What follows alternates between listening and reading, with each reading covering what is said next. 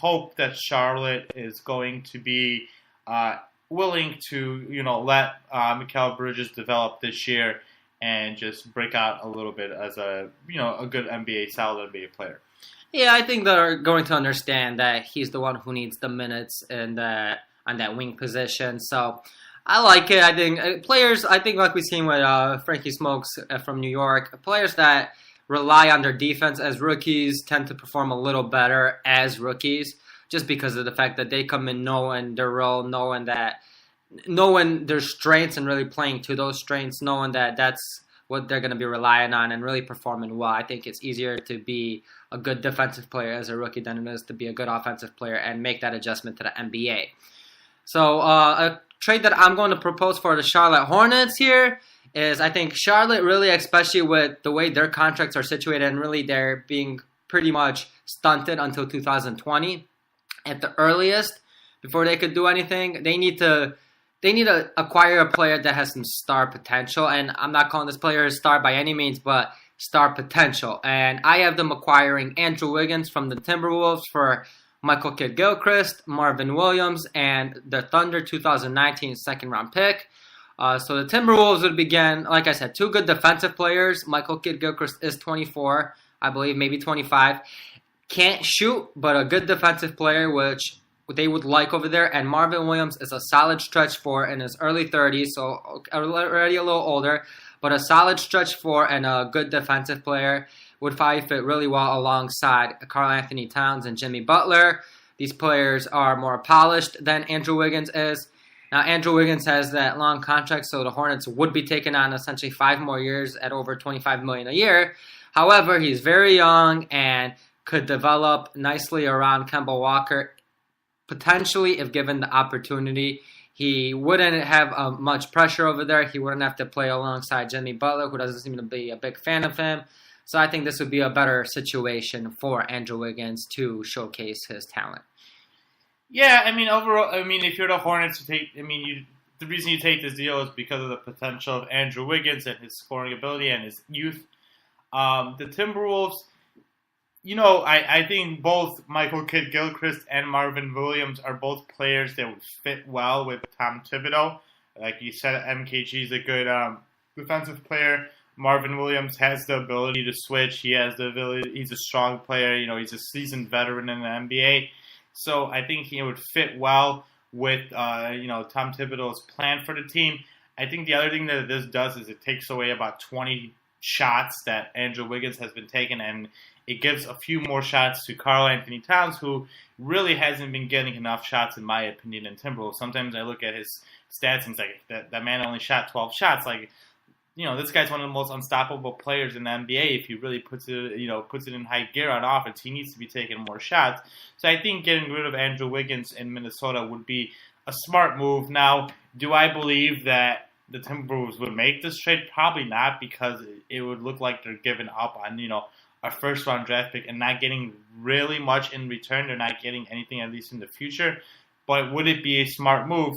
Yeah, it probably would be. At least for this season, it would make it difficult if Jimmy Butler leaves, it would leave them in some in a difficult position. But then getting rid of Andrew Wiggins isn't actually a bad thing because he hasn't really shown much in the NBA so far. I think now's the time to give up on him before it's too late.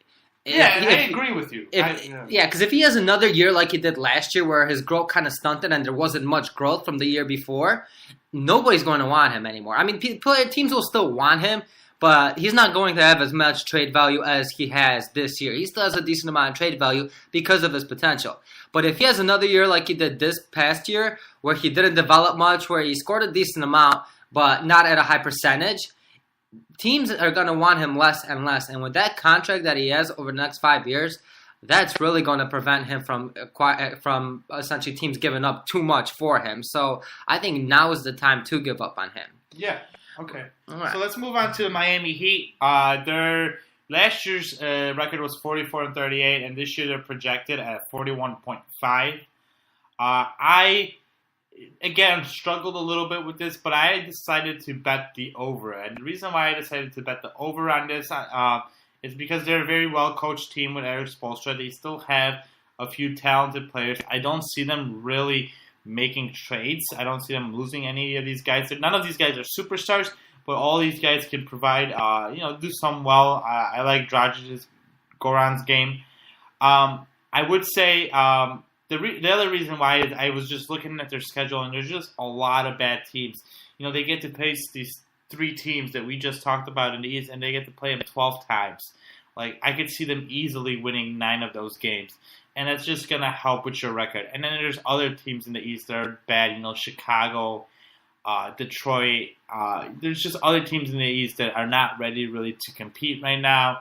And I think this Miami team, as well as their coach and, the few players that they have, I feel like they'll be able to beat them. And it'll just kind of inflate the record to be a little bit better than 41 wins. Yeah, I have them at 40 wins, so I have them under again. I've had every team under so far.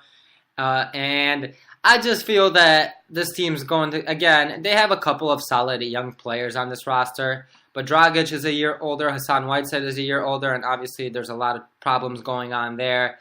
It's really going to matter on how the rest of these players develop, specifically Josh Richardson, Justice Winslow to an extent, Bam Adebayo. So really, depending on how those players develop, will probably determine whether they hit that over-under, whether they're over on the 41.5 or whether they're under. For right now, I have them at under, but just slightly under at 40 wins. We'll see what happens, though. But who do you have as the Heat breakout player? Yeah, so there's 2 people I had in mind here. The first one I put is Justice Winslow. So this would be his 4th year. This is the year he's going to become a restricted free agent. So I think this is the make it or break it year if Justice Winslow stays with the Heat. Last year he averaged 8 points, 5 rebounds in 24 minutes.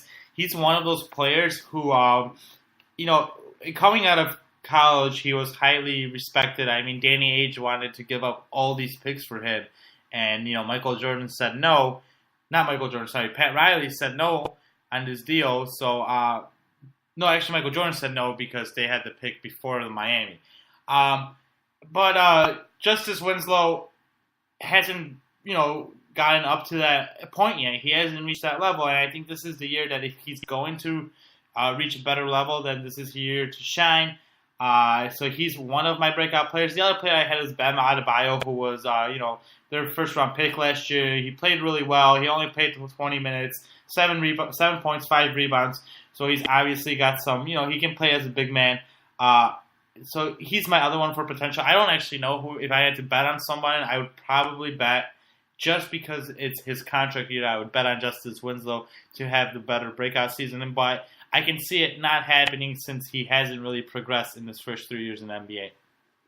Yeah, I actually like Josh Richardson a lot, mainly due to his defensive potential. But yeah, I think Bam Adebayo might need another year before he develops into a better player, especially playing alongside Hassan Whiteside. And Justice Winslow will be interesting to see what he does in his 4th year. I mean, I think it could either be very good for him or very bad. I think it could go. I think there's a lot of space in between there, but I think it could either go very good or very bad for him. So a trade I'm going to propose for the Heat is acquiring Nikola Vucevic and Evan Fournier for Hassan Whiteside, Derek Jones, Rodney McGruger, who are essentially salary fillers to match salaries, and the Heat 2019 first-round pick. Now, they're taking on Evan Fournier and Nikola Vucevic, who are both very solid players when not hurt. They're both still young. Vucevic is about 27, 28. Fournier is about 25. So these are both young players. Now, Fournier's fit might be a little weird here just because of the fact that they have a lot of wing players on this roster. But I think Vucevic would be an awesome center for them if healthy.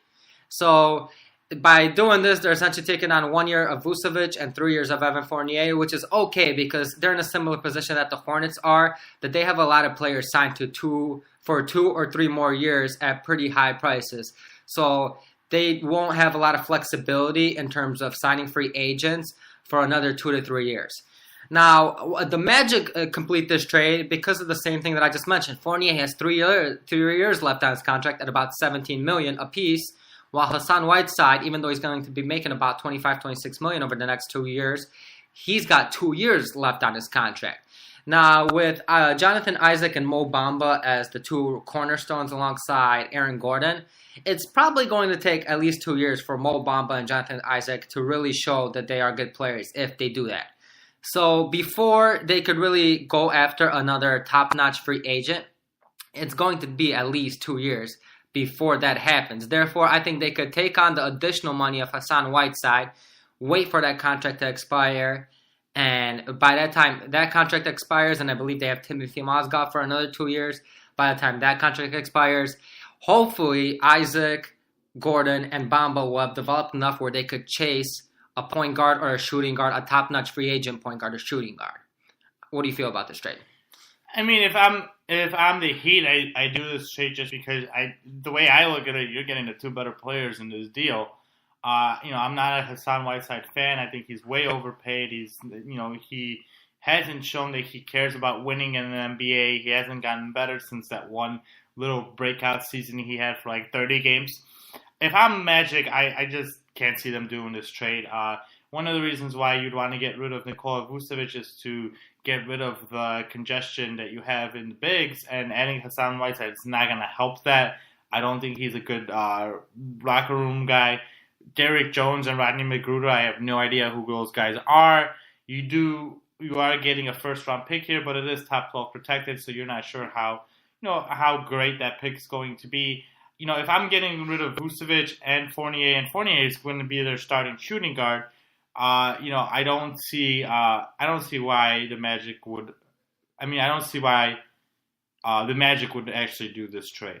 I think that pick would actually be pretty nice because I could see Miami being like 8th or 9th seed in the East and really finishing about 13th, 14th, 15th in the league. And that's why I made sure it was a top 12 protected pick, just because I don't think the Heat would agree if it was number 8, number 9 pick. However, if it's a 13th, 14th pick, all of a sudden that's another asset for the Magic that they could use in the future. Now, Vucevic, like we just said, is not going to have much room on this roster, and Evan Fournier is a nice player, but that's what he is. He's already about 25, 26. He's got a long-term contract with that 3 years at $17 million. That is not enough for a player who only played 57 games last year. So I think really throwing in that pick would sway Magic towards that. They're not going to get as much for Vucevic as they probably would like, and as much as a lot of fans would probably think, just because of his injury history. And even though he's developing into a nice stretch 5, that injury history and the fact that he is already 27, I believe he's actually 28, is going to stunt him a little bit. But yeah, I see where you're coming from. Obviously, Hassan Whiteside is worse than Vucevic and Evan Fournier at this point. I think Vucevic and Fournier have adapted real nice to the league. So I think the Heat would be getting a nice solid package and really would be able not to compete for that. Especially with those two players, they'd probably make the playoffs as a 7 or 8 seed. So moving on finally to the Washington Wizards. What is the over-under for the Washington Wizards? So their over is 44.5. That's where the line's at. Last year's record, they were at 43-39. Now again, I think that the Washington Wizards are going to be around this number, 44, 45, 43 wins. If I was to bet, I would actually bet the over. Just because kind of similar to Miami is that there's a lot of teams the Wizards can beat up on. I do think that this year, they're going to probably have John Wall for the whole season. I do think that I'm not a huge Dwight Howard fan, but I do think it's an upgrade over what they've had in the past with Gortat and them just not being able to get along with John Wall. So maybe that's going to give them a couple more wins. You talked about a little bit of their depth in the guard position with John Wall, Bradley Beal, Satoransky, Oubre. So they have some talent in the guard position. I do think they're going to be a little bit better than last year. So I do believe that I would be taking the over on this for the Wizards. Now I'm going to take the over as well. I could see them easily winning 45 games, 46 maybe. With Dwight Howard there, I think as much as people hate on Dwight Howard, he is a solid center. He's not obviously a modern center, but this man does really shoot at a high percentage, especially last year. He sort of had a very minor comeback year. He really shot the ball well around the basket and rebounded a lot of shots, a lot of missed shots. So I think Dwight Howard would be a nice fit there. Again, I think they definitely could use another player at the power forward / center position, specifically someone who could